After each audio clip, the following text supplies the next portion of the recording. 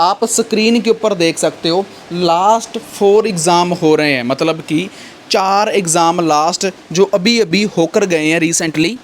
बात करते हैं 11 जुलाई की, उससे पहले एग्ज़ाम हुआ था 6 जुलाई को, उससे पहले एग्ज़ाम हुआ था 29 जून को, एंड उससे पहले एग्ज़ाम हुआ था 22 जून को। चारों एग्ज़ाम में कंटिन्यू हमारी प्रिडिक्शन पीडीएफ हिट गई है। Writing 100% same, reading 1 passage 2 passage सभी एग्ज़ाम में 100% सेम, स्पीकिंग की प्रिडिक्शन हिट 100% सेम, और इसमें कोई झूठ नहीं है, कोई फेक नहीं है। बहुत सारे लोग ये बात बोलते हैं प्रिडिक्शन के ऊपर ट्रस्ट नहीं करना चाहिए, विश्वास नहीं करना चाहिए। तो आपकी मोबाइल स्क्रीन के ऊपर ऐसा कोई भी स्क्रीनशॉट ऐसा नहीं है कि जो हमने गूगल से लिया हो। सभी के सभी मोबाइल स्क्रीन रिकॉर्डिंग चल रही है, तीनों के तीनों आप देख सकते हो 1, 2 एंड 3। ये mobile screen First, you will have some time to look at questions 1 to 5.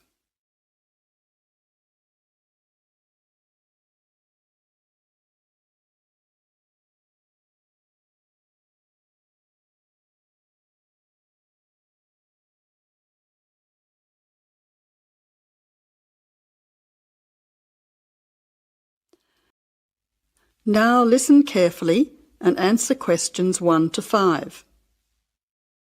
Jack has got lost on his way to Margaret's party. He is phoning her for directions.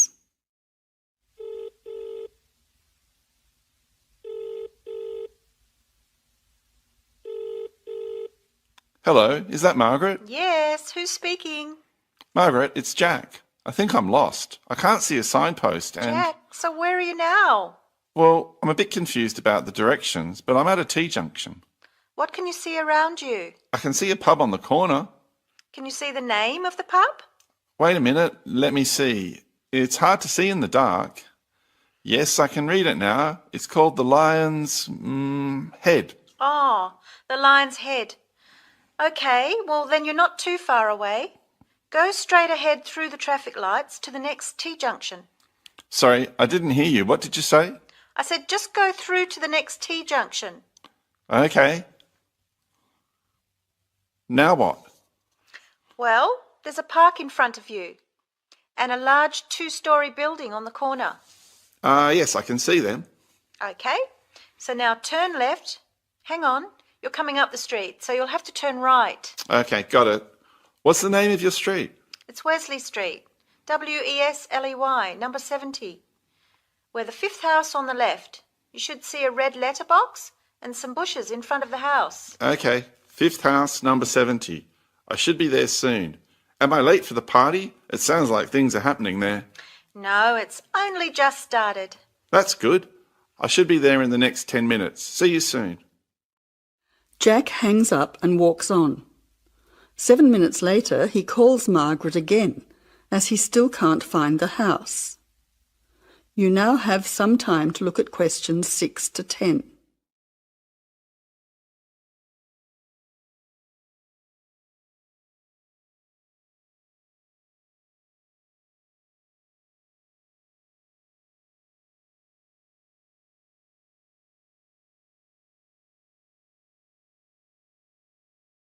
As you listen, answer questions 6 to 10.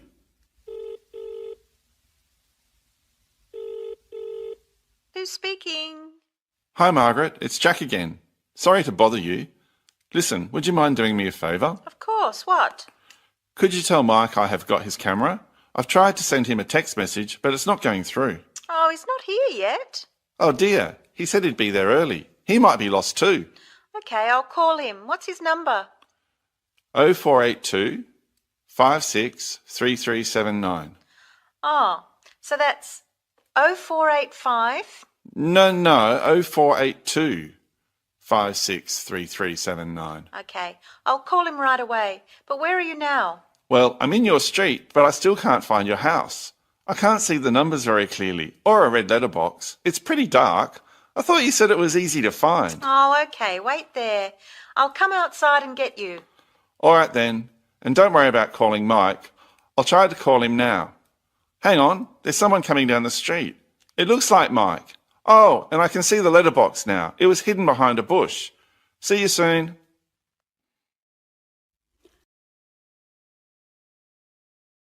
That is the end of part 1. You now have half a minute to check your answers.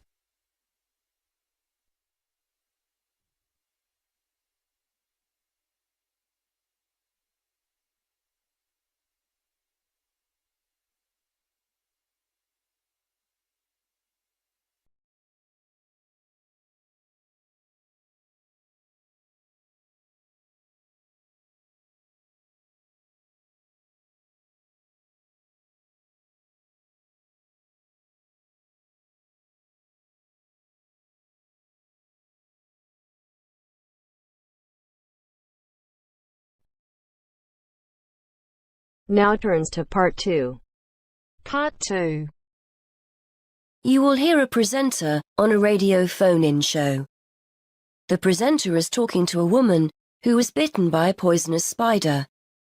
First, you have some time to look at questions 11 to 15.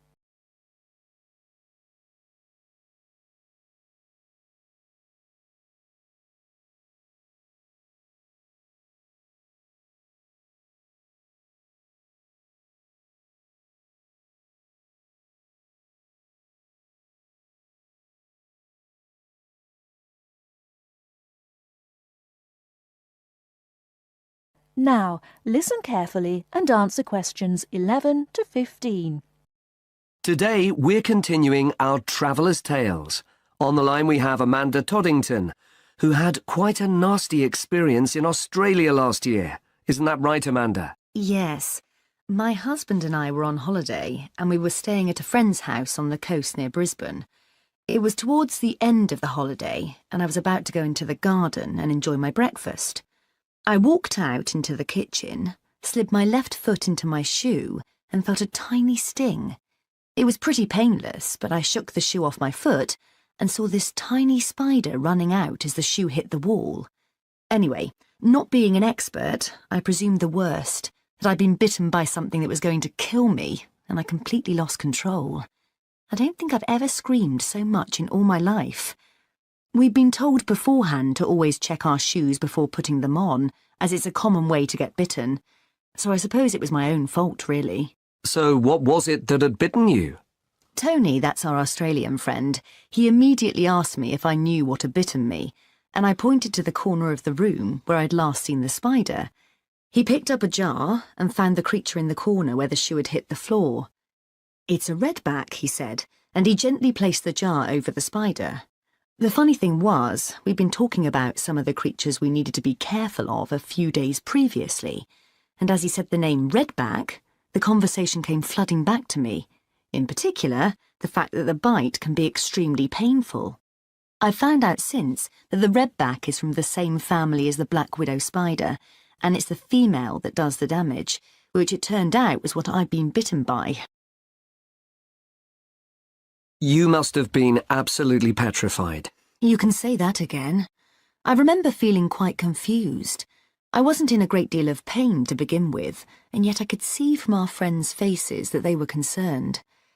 Tony explained that the venom or poison of the bite spreads quite slowly, so the pain doesn't feel too bad at first. Gwen, Tony's wife, brought an ice pack, and Tony held it against the bite to make it less painful. Apparently, you're not supposed to put a bandage on the area, as this can make it hurt even more. Tony tried to put my mind at rest by explaining that this was quite a common bite, that the hospital would have an antivenom, and that everything would be okay. But I was beginning to panic. We were flying back to the UK the next day, and I really didn't know what to do. Before you hear the rest of the talk, you have some time to look at questions 16 to 20.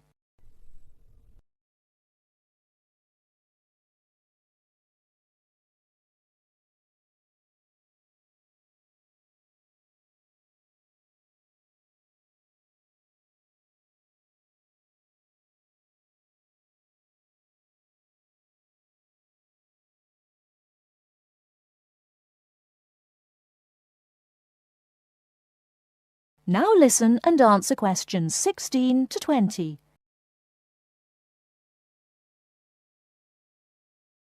So what did you do? Well, Tony phoned the doctor, who told him to check my symptoms for the next hour or two. As time went on, the pain became very intense, from my foot right up to my knee. My husband was on the internet and was reading out the possible symptoms.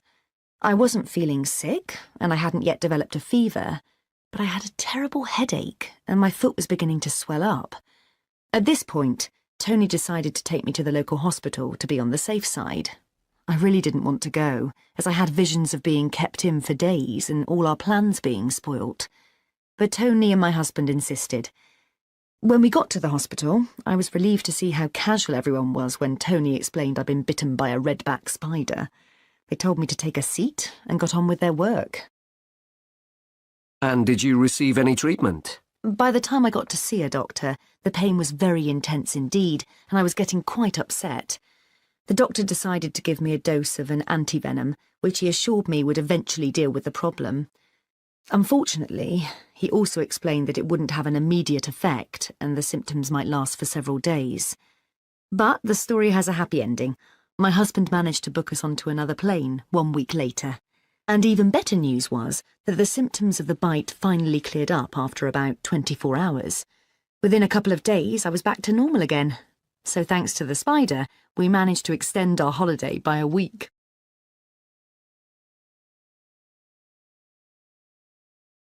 That is the end of part 2. You now have half a minute to check your answers.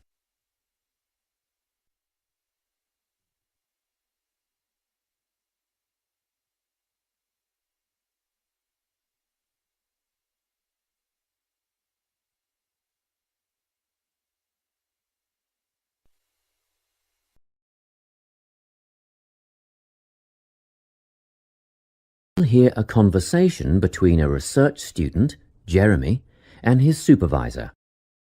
They are talking about the process of having a research project published in a journal. First, you have some time to look at questions 21 to 25.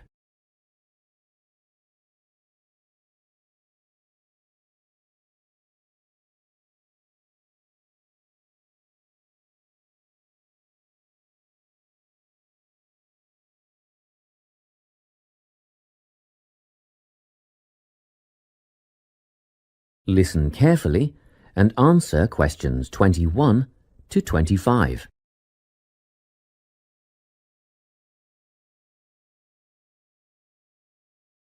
So, you're nearly ready to submit your article to an academic journal, are you? Yes, I think so. I just wanted to go over all the things I need to do before I submit it. And then I wanted to go over the submission process with you. Great. So, firstly, you need to write an abstract. Make sure it's short and concise. Of course. I forgot all about that. And what about key words? Yes, a lot of students overlook this part and just jot down whatever comes to mind. But take some time to make a list of key words that are accurate and relevant. Okay. Another thing. Could you have a look at my article before I submit it? Absolutely. Actually, at least 2 senior staff members should always read through a final draft before submission. Do you mind if I give it to Professor Johnson to have a look at as well? Not at all. I'd be glad to have the feedback. Do you know which journal you want to submit to yet? Not yet. I have a short list of about 3 that I'm interested in. Make that decision soon, because you'll need to adjust your article so that it matches the style guide of the journal you are submitting to. I bet that can take a while. Yes, but after that you are just about ready to submit. One more thing, you'll have to sign the copyright form, just confirming that it's your own work, and then you're good to go. Before you hear the rest of the conversation, you have some time to look at questions 26 to 30.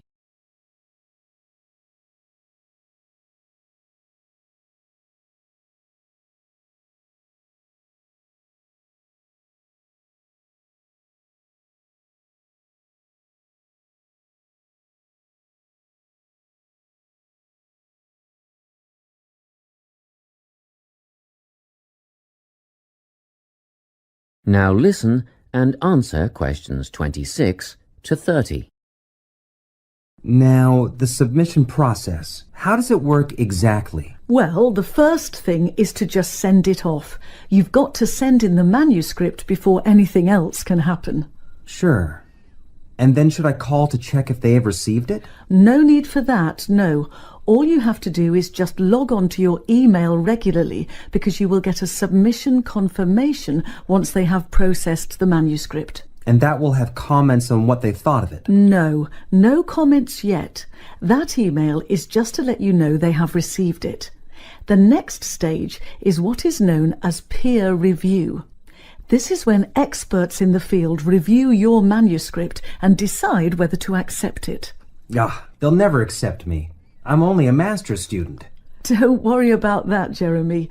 It's all done through a double-blind method.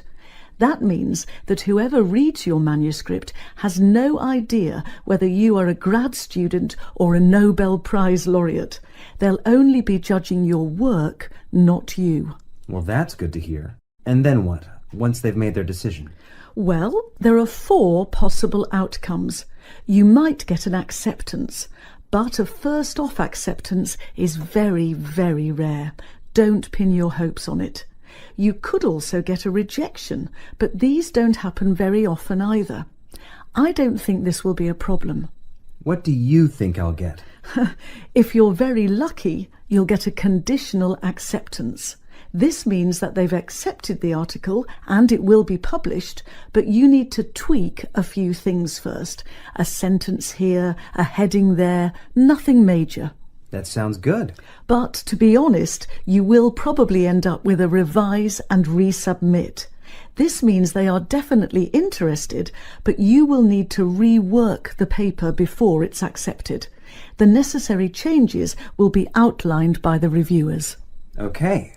So I just fix the things that need changing and present it again? Yes, but include a cover letter that discusses the changes you have made. The same goes for a conditional acceptance, actually. It helps the reviewers see that you've taken their criticism seriously. That is the end of part 3. You now have half a minute to check your answers.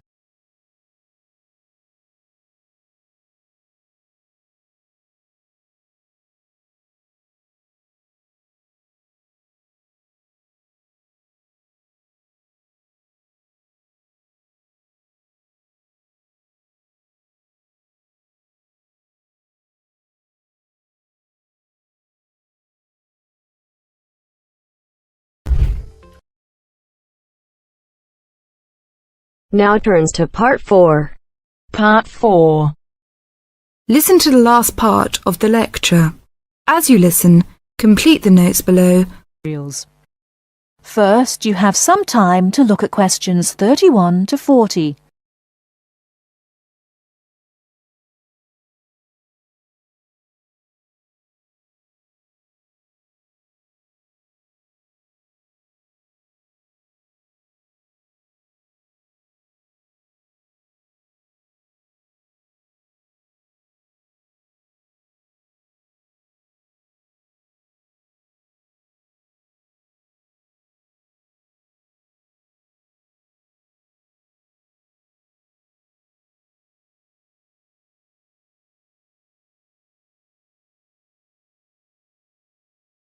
Now listen carefully and answer questions 31 to 40. Last time I said that a lot of Irish people left the country and went to England, America and many other foreign countries. Today I'd like to talk about the emigration. The effects of immigration were not all bad. The immigrants experienced a lot of hardship in their new countries. There is a famous story about a park in Shanghai where Chinese and dogs were not allowed. Well, in England, until into the 1950s, signs for jobs sometimes read, "Irish need not apply." The immigrants often experienced discrimination, but they formed many organisations to look after their fellow immigrants. Many of these organisations later became very important. In America, the Irish chose politics as the way forward, and significant cities were controlled by Irish politicians. This movement reached its peak with the election of John F. Kennedy in 1960. His grandparents came from Ireland, and his election had a significant impact in Ireland, helping the process of recovery of self-confidence which we have today. Today, there are 70 million people of Irish descent living outside Ireland. In America alone, there are 40 million people, and 10 million of these people have a 100% Irish background. They carried the culture of their home country with them and adapted it to their new home. They made changes which would be unthinkable in the home country, and we often laughed at the Yankees' Irishness. In fact, any immigrant who came back to live in Ireland, often after many years, found it very difficult to fit into Irish society again. They had been changed by the experience. These immigrants have always had an interest in the old country. The American letter was a letter containing dollars sent back to one's family. More recently, President Clinton has been very influential in bringing peace to the north of Ireland. River dance itself was the idea of a dancer who was American, who applied American methods to traditional dancing, and the fusion was immediately popular. Modern Ireland has been able to use the disaster of the last century to learn modern marketing techniques and apply them, without at the same time losing what is distinctive about itself. River dance is a demonstration of that distinctiveness. That is the end of part 4.